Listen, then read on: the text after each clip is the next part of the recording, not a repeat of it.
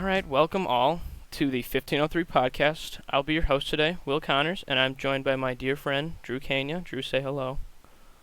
Take two. Hello. Take two, exactly. Yeah, the first time we tried doing this, a giant man ape came in here and started screaming. Anyways, I'm going to tell you guys just about a story. It happened to me a long time ago, really affected the way I kind of grew up. If you probably didn't know this, but I'm actually a celebrity. So where I'm from back He's home, not I was exactly not wrong. exactly, no. Where I'm But from back he's home, right. my name was very well known in Buffalo, New York, and I was kind of like not a golden child, but I was pretty much handed a lot. And then we moved down. Will Connors? We That's moved. the kid that owns the hot dog stand. Yeah, the kid who owned the hot dog stand. That's what I was pretty much known as, and I was seen to be like the heir to the throne almost to the hot dog stand. It was terrible. But we moved down to St. Simons, Georgia. My mom got a new job just after my brother was born, and she decided it would be better if we moved down there for a little while. The transition was really hard for me because I didn't know anybody. I was kind of a delinquent, a really bad kid, and it was just it's not even like it's kind of like the mix of being an only child and then having a new brother or sister join the scene. It kind of ruins your whole mojo. But my way of adjusting was kind of in a negative way. So I would go places and meet new people, and instead of befriending them, I'd see them almost like a tool or a business opportunity. So I was a big connoisseur of Pokemon cards. Yeah, you can laugh all you want. It's Like you don't see people that way now. I mean, yeah, I'll be honest, I still do. But I was Slightly. big into taking Pokemon toys, cards, anything pretty much that looked appealing. I'd try to scam someone off of. Most of the time, I'd just steal it, and they wouldn't even see it. But it happened. This happened like a good 12 years ago. Actually, I don't even. That's probably not right, but it was a long time ago. And one day, my cousins came up from Orchard Park, New York, and they're like pretty much brothers to me. So I was like, "Oh, this is gonna be really fun. I can show them the ropes, and I'll finally have someone to talk to." They came up. It was in the beginning of the school year, before school even started, and I was like, "Oh, this is great. All my two best friends are here at the time," and we decided. I decided as a group. I was like trying to spearhead it. I was like, "Let's go to the toy store and go steal some toys. That way, I can seem like a hot shot, and my cousins would be so proud of me. They'd be like, this kid's really cool. He does what he wants." Um, To the toy store. to the toy store. There was the only toy store. So there was a pier down by where I live. It was like 10 minutes away, and it was pretty much a giant tourist trap. And it was usually very busy on holidays, but around school when no one was really visiting, it was not busy at all. It was pretty much like a ghost town. So any business was seen as great. We went to the toy store. It was a really a toy store with a creepy clown mascot too, which was the weirdest part. Yeah, that was like a weird I don't even a 50s clown. Think of that. Not it clown, but Bozo. yeah, like Bozo. Bozo. Yeah, so it was really creepy, and the woman owning it had a reputation to be really mean and weird. I didn't know that till Oh, so you were in the right for stealing from her. yes, I didn't know that basically till is what I'm saying. after. So we go in there and I see all these dinosaur toys. I'm like, hey, let's just grab one of these and go. And they're like, what? And I'm like, yeah, come on, it'd be fun. And so we shove them in our pockets and our sweatshirts, and then we say thank you for letting us in here, and we leave because in the South you got to be really polite to everybody, or else they know you're doing something wrong. I thought you let them know you were going to steal toys before you went to the store. No, I did not. You just stood up and you were like, hey, let's just take these. Yeah, it's pretty much what happened. Right. So then Yeah, you got to be well, really nice in the South. That's just tough stuff. it's a thing to do. So we were really nice. We left and we made it back to my house without anyone noticing anything was wrong. So we go in my room, we close the door, and we throw all of our winnings on the ground like it's Halloween. We're like, this is what we got. Wow, we got away red-handed. Or not? No, that's not right. No, you did. No, is that it? Red-handed? That's the saying? Well, yeah, because you got fucking. Okay. All right. Okay. So my co-host stroked out. That's okay. No, I said F. It's all right. Yeah. So we pretty much we were like, this is great. Little did I know that my dad is a lot smarter than I take him for all the time.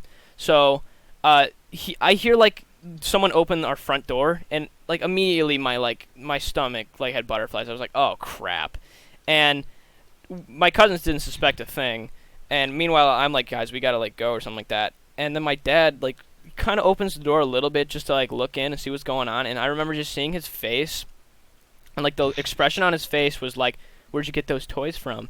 Because he knew exactly where they. He knew exactly what happened. When fucking freaking 8-year-old comes home with like a pile of toys. Like obviously you stole them. You like, don't have money. Yeah. So he caught us like really quick, and like this happened a little bit before too. Actually, now I'm thinking about it. I was going to the Boys and Girls Club, and I decided that there were really cool like the Bakugan toys. Do you remember those? Of course. Yes. So like the little Bakugan ball, they would Pro. like turn into monsters. Some kid like, I don't know if it was a lot of like money. They were. was, like- I don't know if they were a lot of money, but I remember I stole them, or I traded them for something. But my mom found out, and she like told me I had to give them back, and she kept them in her purse like overnight. And I remember waking up in like the middle of the night and like stealing them back, and like they were so furious. So like this was not too long before this incident. So I was already pretty much dead. So he catches us, so he's like, you guys have been really bad. But he doesn't single out my cousins. He only takes me. He's like, all right, we're going back to the toy store. And I'm like, what? And he's Obviously, you're the ringleader. like, yeah, I was the ringleader. And they You're were the just the one who puppets. lives in Georgia. So we go back to the toy store. And, like, my expression, I tend to keep it pretty cool. So I was just like, as like a little delinquent 8-year-old, I was like, yeah, it's going to be all right. I'll just be like, oh, I accidentally took these, like, thinking it's going to be okay. Any normal person would think, they would just kind of get a little angry. This woman like exploded on me. I come in. My dad's like, "Are you going in there by yourself? And you're gonna go give these back?" And I went in there and I was like, "I'm really sorry. I took these and I got caught and I thought it would be a good idea to give them back to you." She started screaming at me at the top of her lungs, and she was like, "You're gonna go to hell. I'm calling the police on you. You're such a bad kid. Kids like you go to hell." Like she kept on bringing up the hell thing, and I'm like, "Okay, she's very Christian." So my dad heard like the yelling from like, because I started yelling back, of course, being like a little kid. I was like, what the heck? I was trying to be nice. Why are you being so mean? My dad heard the yelling and ran inside and was like, what's going on here? And she's like, is this your son? And he was like, yeah. And she's like, he's a terrible child. You should really like teach him obedience and stuff like that. And Teach him about the Lord. yeah, teach him about the Lord. And my dad was like, okay, lady, you're kind of crazy. Like he knew that she was kind of crazy.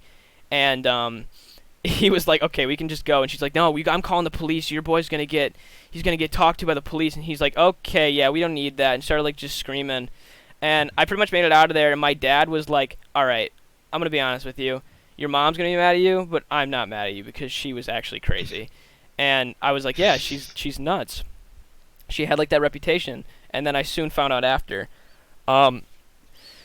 So Everybody was like, oh, yeah, from that day you know, on, crazy I like story had lady. she literally my friends would tell me this. There was like a like posting out for me in the store. Like I'm not allowed back. I was banned from the store. I was not allowed to go back in there. And like if they saw my face, like they would know who I'd be. So I was pretty much I was a wanted criminal to a toy store.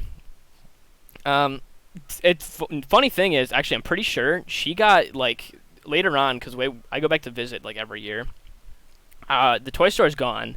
I'm pretty sure she got caught doing. I think it was like I think every toy store's stealing money or something like that. I don't know, but like she got caught doing some illegal stuff. So the store like shut down. Oh, Yeah, she got caught. yeah, she got caught doing some. It goes around, comes around. If you're gonna be mean to She's kids, going to hell. Is what Yeah. you're telling me. so yeah, so she got the store closed down. I think either because she did something like illegal or like just nobody goes to toy stores anymore. But I'm pretty sure it was the first one. Probably both. Yeah, probably a little bit of both.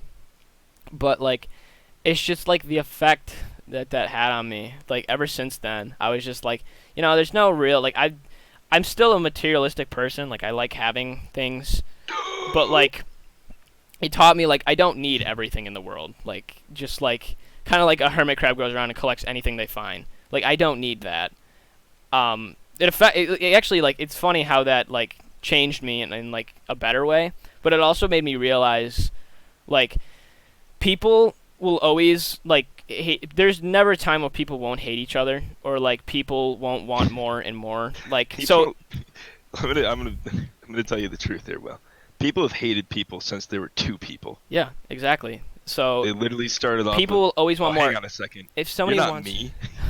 Exactly. People, I mean, this is not the case for everybody, but most, like, if you're very materialistic, this happened like back in like ancient times when people would have land that other person would want. They'd have war over. War is always about wanting something more. People can't ever be settled with just something like there, something like that's there. They have it, and it's good enough. Nothing's ever good enough for people. That was very evident for me at the time, but I've kind of like it's not like I'm still like, oh, I really wish I had that and that, and I go out of my way to get things. But now I've kind of evolved more to be like, I have that, but it would be better if someone else had that. Like someone else Yeah, needed that. At least you pay for them now. Yeah, at least I do pay for them now. Wink. But I'm not a criminal anymore. I am actually a criminal still, but only in Virginia. Yeah, Virginia. What are you doing for Don't illegally smuggle animals. I didn't know it was wrong, so it's not my fault. But yeah. Yeah, But yeah. yeah. I didn't know it was wrong, so it's not my fault. Yeah, I didn't know it was wrong. I was just like, well, this is just happening. It's whatever. It's not how the law works, but all right. You're messing with the law. Yeah, so that was my story. Thank you for everyone for listening. I know it was quite a wholesome, lackluster story. This was the 1503 podcast. Say goodbye, Drew. Bye.